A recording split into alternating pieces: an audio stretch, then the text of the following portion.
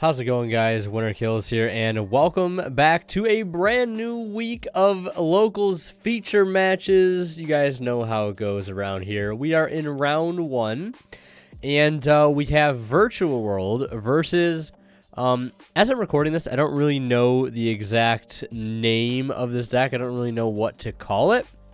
But I'm probably just going to call it Dinosaur Dogmatica or Dino Dogmatica because that is what this deck seems to be made of. And then, of course, good old Virtual World on the left. That deck has obviously seen a dip in popularity since, Calamities was banned. But I think now that enough time has passed since that card's banning, all the Virtual World players have had plenty of time to work out new ways to make the deck really, really good. And really, really good it is still. Ending on Shen, Crocosaur, and a copy of Chuchi with hand traps in hand, it still proves to be very good. It turns out something like a walking D-Fissure is very, very solid. And we're going to see an Ash on Miscellaneousaurus, the one of Miscellaneousaurus, so yeah, that hurts probably quite a bit, but, the Miscellaneousaurus was a, how do you put it, a very uninteractive card, literally denying interaction. I mean, it's still very, very much accessible. The deck can still pretty much pull off everything it was able to beforehand. I feel as though the only thing the deck has lost is the grind game. And I've heard other Dino players express that similar sentiment. So, either way, Virtual World getting started here. Activating the Kowloon now. It's going to go ahead and activate one from the deck. Already 3 Virtual World monsters on board. And there's that copy of Chuchi. I don't have all the Virtual World monsters memorized as of yet. I remember Nyan, Lulu, and Lau Lau, and I believe Gigi. If there's any other ones past that, which I think there is definitely, then I am forgetting those, unfortunately. But he's going to synchro up into the Stardust Charge Warrior. I always love it when Stardust Charge Warrior sees play. I remember when that card first came out. It was teched in a deck or two here and there, but it's not like a card that's been consistently popular over time. I really do like when it finds its way into the meta as we're seeing here. But now we're going to see somewhat of a throwback as well. Constellar Ptolemy M7, adding one back to the hand, adding back Ash Blossom, no less. Very, very good card to add back. And now going to activate Gigi, targeting the Chuche, sending what we believe is Nyan to the grave. That will summon that out, and there's Nyan getting summoned as a result. And now we're going to see him activate the new trap, which I believe is Zanwu.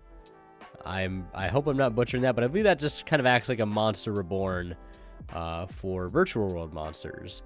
And that's going to allow him to get into Coral Dragon, another really cool level 6 synchro.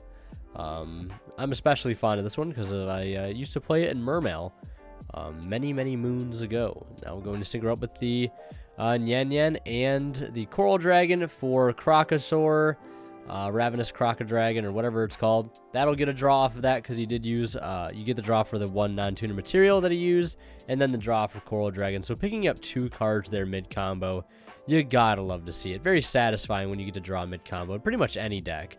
Just refuel the hand, draw into more extenders and eruptions, whatever it may be, and just finish things up here with a Kyubi Shen, swinging for 28 over that Oviraptor, and then getting in for 25 from the Crocosaur, which is at 1,000 normally, but gains 500 attack for each additional card in his hand. And I believe right now he has 3 cards, Ash Blossom among them, and of course 27 from the Ptolemy M7. And then end phase, he'll get Gigi's effect to add one back. I believe it's Gigi's effect that's going to add one back. Yeah.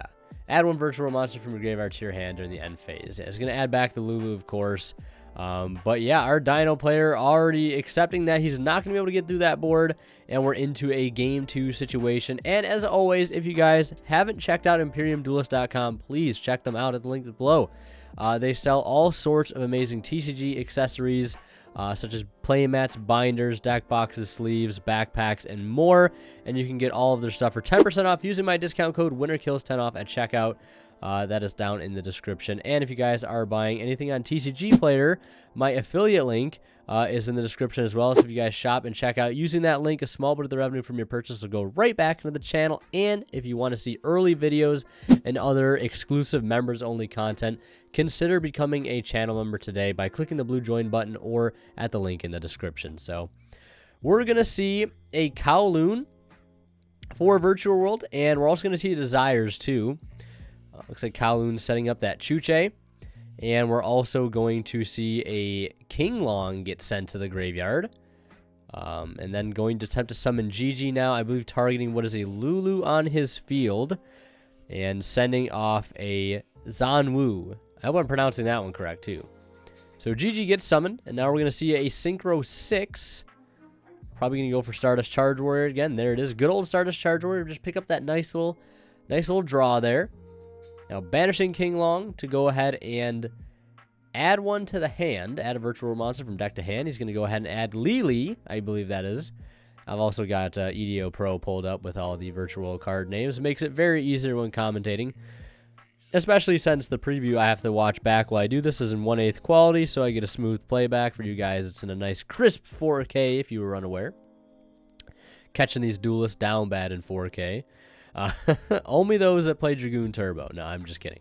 But either way, similar combo line as we saw in game 1, you know, climbing up into M7, adding one back, and there's the Virtual World Roshi Lao, which I think is one of the better ones, just because it gets that graveyard revival effect. Very, very solid card. Also, very good card to Bell, too. My hand trap lineup currently in Photon Galaxy, at least for locals, has been 3 Ash, 3 Valor, 3 Impermanence.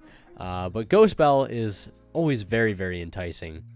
But it looks like on the resolution of Lao, our Dino player is going to have a Nibiru, the Primal Being, and that's going to sack everything off for a 3,700 attack token.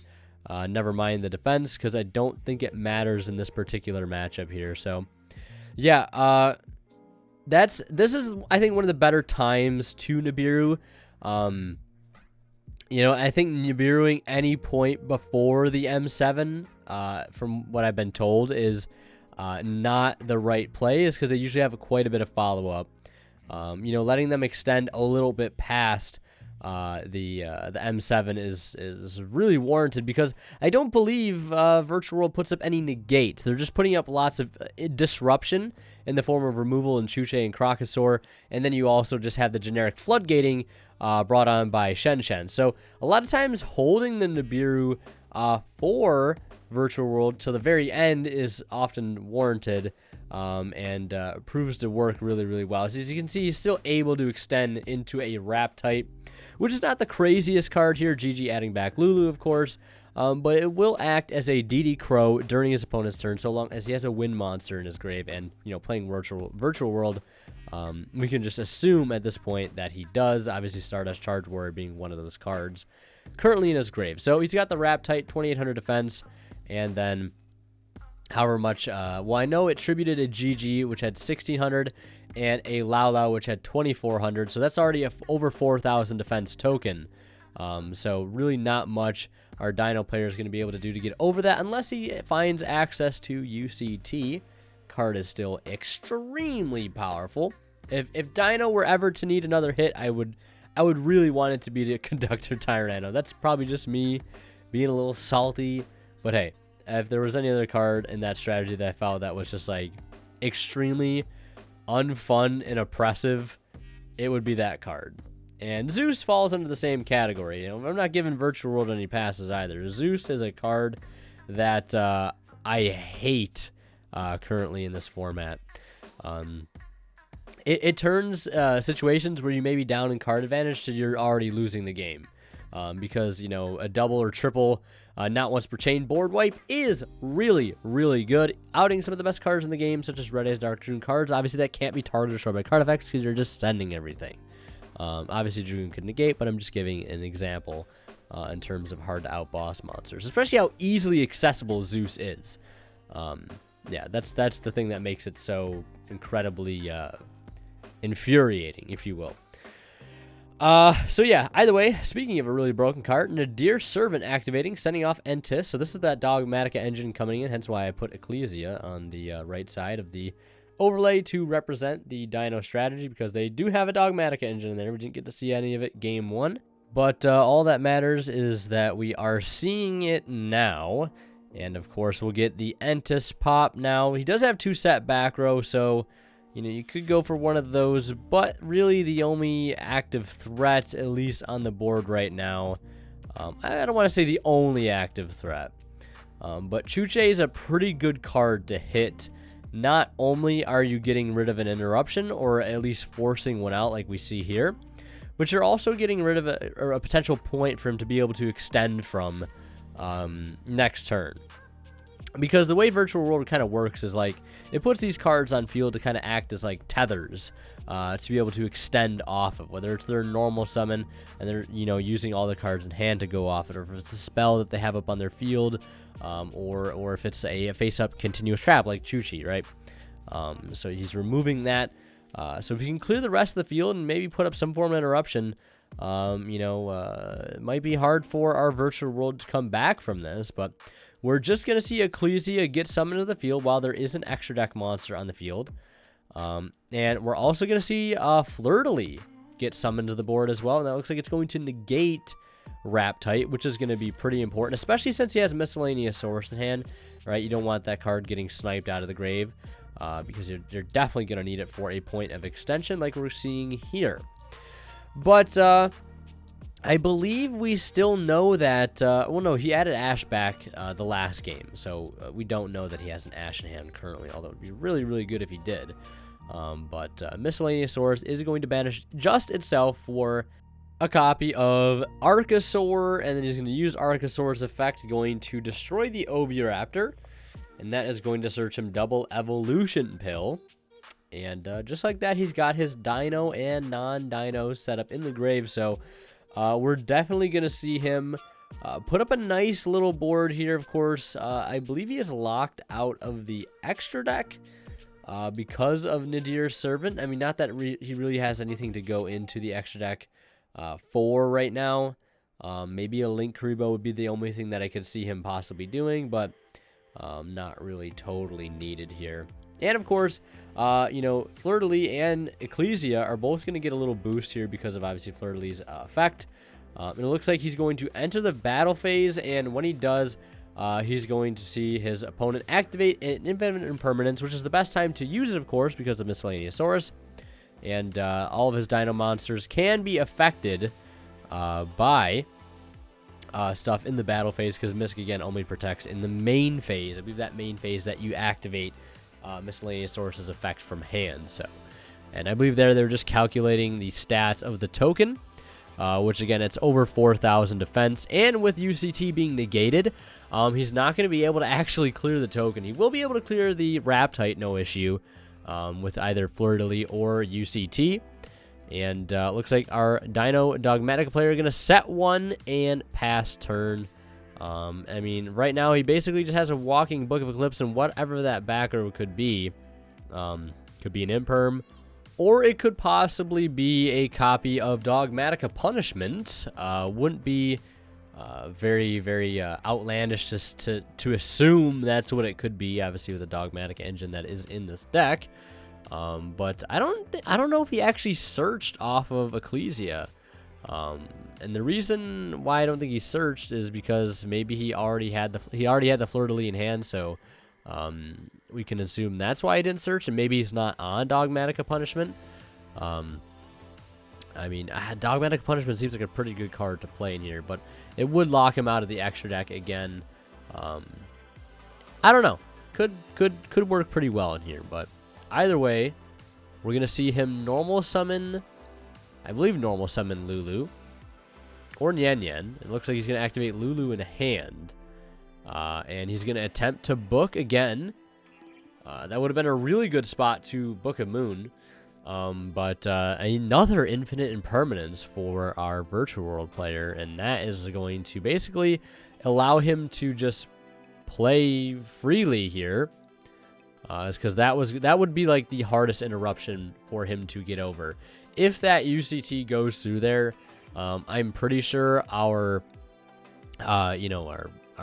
virtual player has to just scoop. Although not entirely, because that token is at 3,700, so he could just go into the battle phase early and swing over UCT, and force it out there. But granted, you can't set tokens face down, so that is one potential way he could have baited the UCT and kept that imperm still. But either way, he still is able to play through this board, no issue. I believe Fleur-de-Lis, though, is the one that killed the Rap type. So both Fleur-de-Lis and Ecclesia are boosted by 500 attack. So we have a 3K Fleur-de-Lis, the Knighted, and a 2,000 Ecclesia, the Virtuous. So now we're going to see a rank 3. Here it comes, yeah.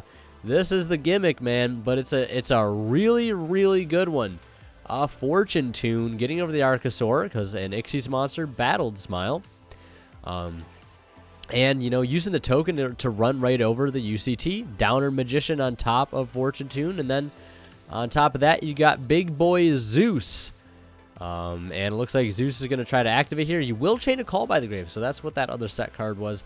A pretty good card here, but, if his opponent does have another copy of Lulu Engrave, which, they're usually always adding back off of GG, Call by the Grave's not going to really do too much, other than just trying to clear that Shen Shen out of the grave, which I don't even think he ended up getting access to, because of the Nibiru our Dino player had earlier in this game. And yeah, just speaking on Zeus again, I know I've already talked about it, but one of the other things I find absurd about Zeus is not the fact that it's not once per chain.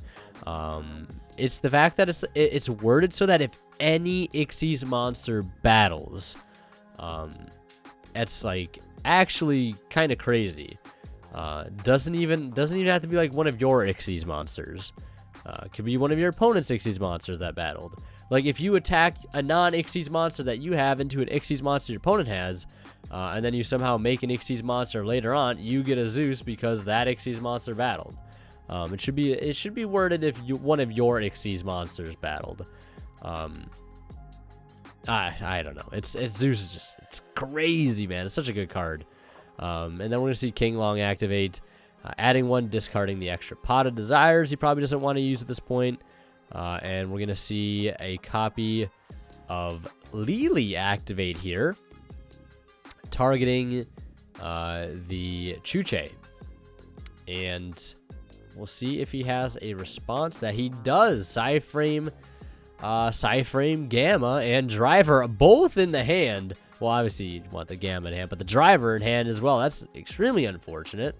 But I mean, it's probably one of the best hand traps that he could have had in this arena. In fact, I think it is the best hand trap he could have had. So that's going to stop Virtual World dead in its tracks, and he'll have to pass. But, he still has a Chuche and a Zeus on field. So as a pop plus a mass send. And it looks like he does have the necessary targets needed for Chuche. But it looks like he'll play a Harpy's Feather Duster. That's going to clear Chuche. That'll make any top deck Virtual World monsters not as good, but he does have one to normal summon, and that's going to be able to trigger Nyan Nyan. So, that's still pretty good. And we're going to see the Chuche activate to increase the levels of one of his monsters, probably the GG, and make it level 6 to go into Shen Shen for GG. You see what I'm saying? I know. We're going to go into, he's going to activate the Nyan Nyan effect to recycle a banished. And the interesting thing, too, is Nyan Nyan can recycle even the cards that you banish off Pot of Desires the way that it's worded. So that's a really cool aspect. Target one of your other banished cards. Doesn't specifically say it has to be face up or face down. And then he's going to go right into the battle phase, swinging for a total of 5,800, which is a lot of damage, but, still not enough to close the game out here. But it looks like next turn, when he draws for turn, he is going to admit defeat. So, yeah, that's going to do it for this match. Virtual World taking this one 2-0. If you guys want to see more of my videos, click right now on the bottom of the screen. There should be some popping up. And, of course, a huge shout-out goes to all of the YouTube members that support this channel. And a special thanks goes to our Divine Level channel members, and they are Cadillacs84 and Pony Star. Thank you guys, as always, so much for your continued and extremely generous support of this channel.